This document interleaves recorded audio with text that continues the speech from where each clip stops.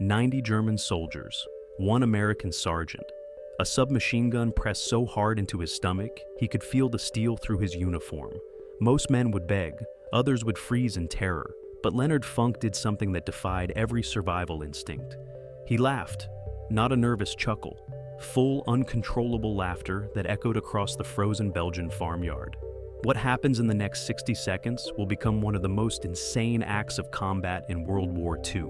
21 men will die, and a 5'5" former store clerk will prove that sometimes the only rational response to death is to laugh at it.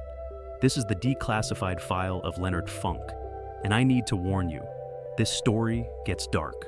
Leonard Funk wasn't supposed to be a hero. Born in 1916 in Braddock, Pennsylvania, a steel town where men worked 16-hour shifts in foundries that destroyed their lungs. The Great Depression, no college, no prospects, just survival. June 1941, the draft. 24 years old, 5'5", 140 pounds. The Army examiner looks at him and sees clerk duty. File papers. Stay safe. They're catastrophically wrong. Funk volunteers for the paratroopers. In 1941, that's basically volunteering for suicide, jumping out of perfectly good aircraft to land behind enemy lines, surrounded, cut off, expected to fight with whatever you carried. His training evaluations keep using the same phrase, competent but unremarkable. Nobody sees the killer hiding behind the clerk's face. June 6, 1944, Normandy. Funk jumps at 400 feet, too low for safety. German flak everywhere. He lands hard. Ankle fractures on impact. Every step is agony. Most men would wait for rescue. Funk starts moving immediately. Within hours, he's collected 18 lost paratroopers from different units. For 10 days, he leads them through 40 miles of German-held territory. He insists on being point man, the most dangerous position. Despite his fractured ankle, they link up with Allied forces on June 17th. Every single man survives, not one casualty. The Silver Star, the Bronze Star, his first Purple Heart. But here's what the medals don't capture. This is when the clerk starts to die, and something else starts to emerge. Something that doesn't calculate odds anymore because it's learned that odds don't matter, only will. September 1944, Holland. Funk notices 3 German anti-aircraft guns firing at incoming Allied gliders carrying reinforcements. 20 German soldiers manning the position. Funk has 3 men. He's outnumbered 7-1. Every tactical manual says this is suicide.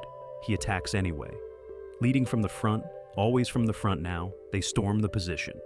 Kill all 20 Germans. The guns go silent. The gliders land safely.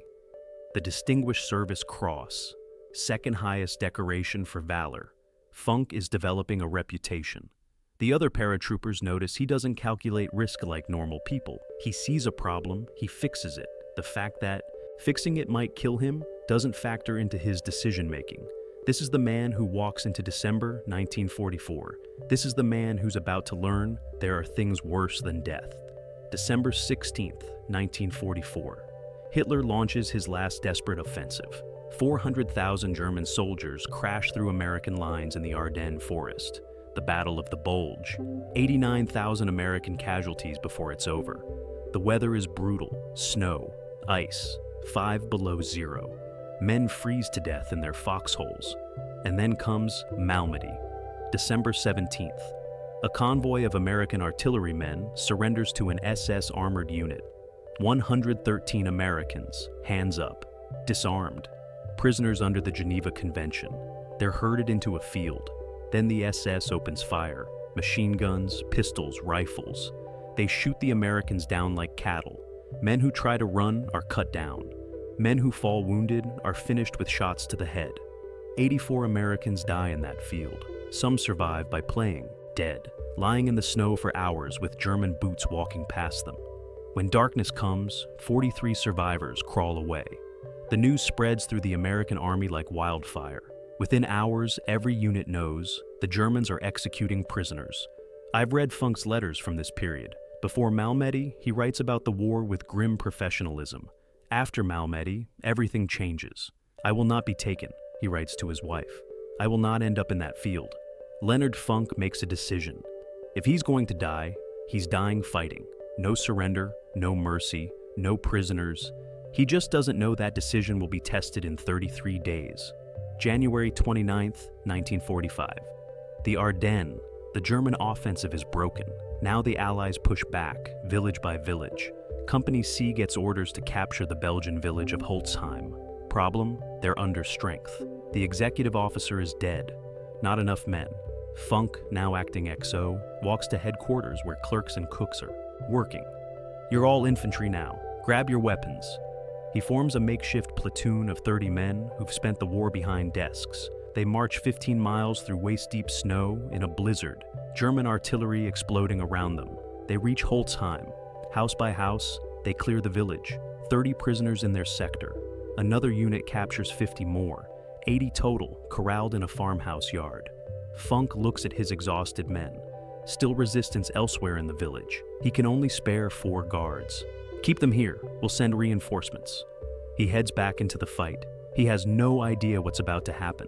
While Funk clears the village, a German patrol approaches the farmhouse. 10 to 20 men in white camouflage.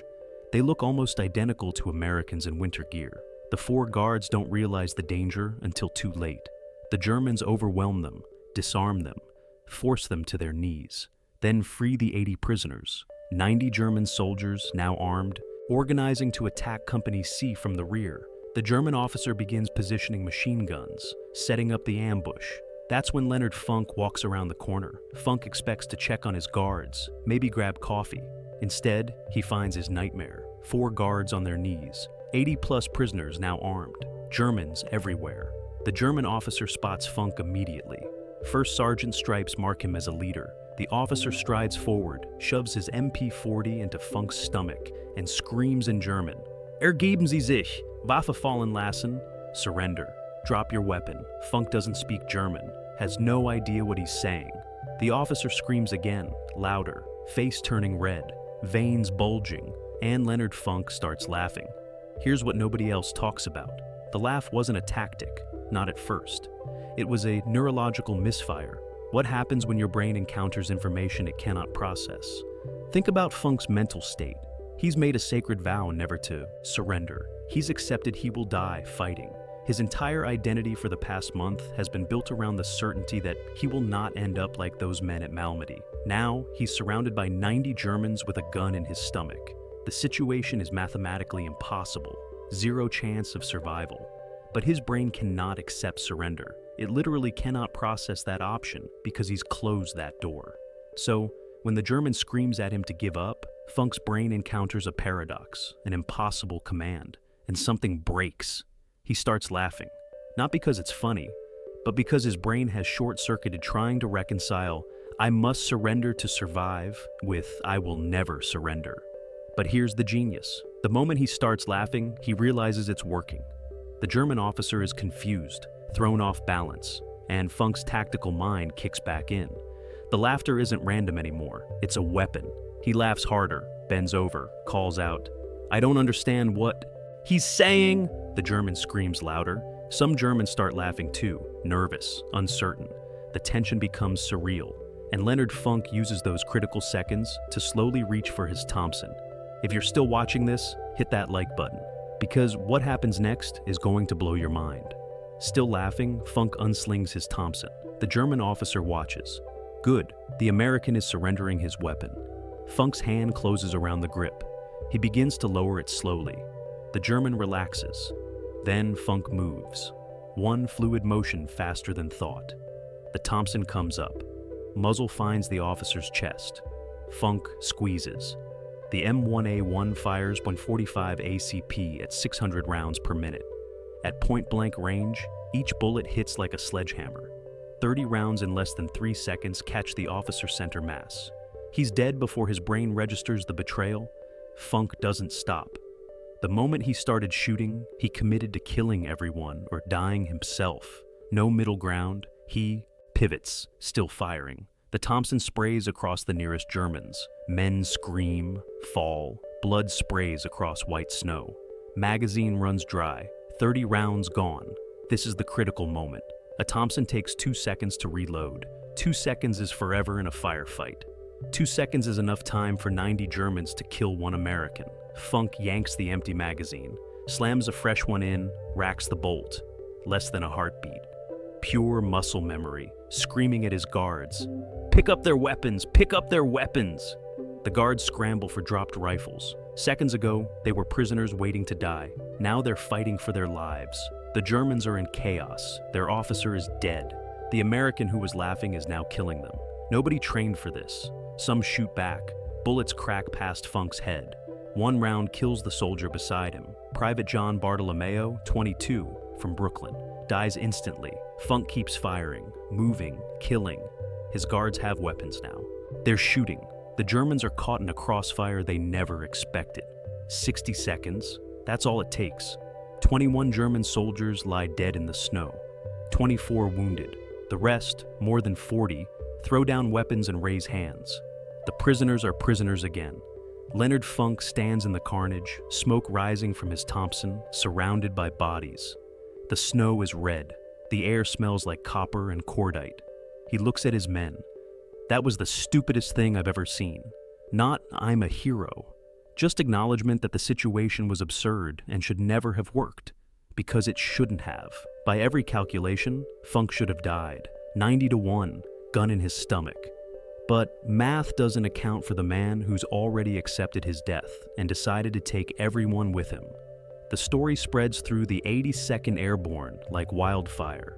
The sergeant who laughed at 90 Germans and killed half of them with a Tommy gun. September 5, 1945, the White House. President Truman places the Medal of Honor around Funk's neck. I would rather have this medal than be President of the United States. Think about that. The most powerful man in the world, looking at a 5'5" former store clerk and saying, I'd rather be you. Leonard Funk earned Medal of Honor for Holtzheim, Distinguished Service Cross for Holland, Silver Star for Normandy, 3 Purple Hearts foreign decorations from France, Belgium, Netherlands, the most decorated paratrooper of World War II.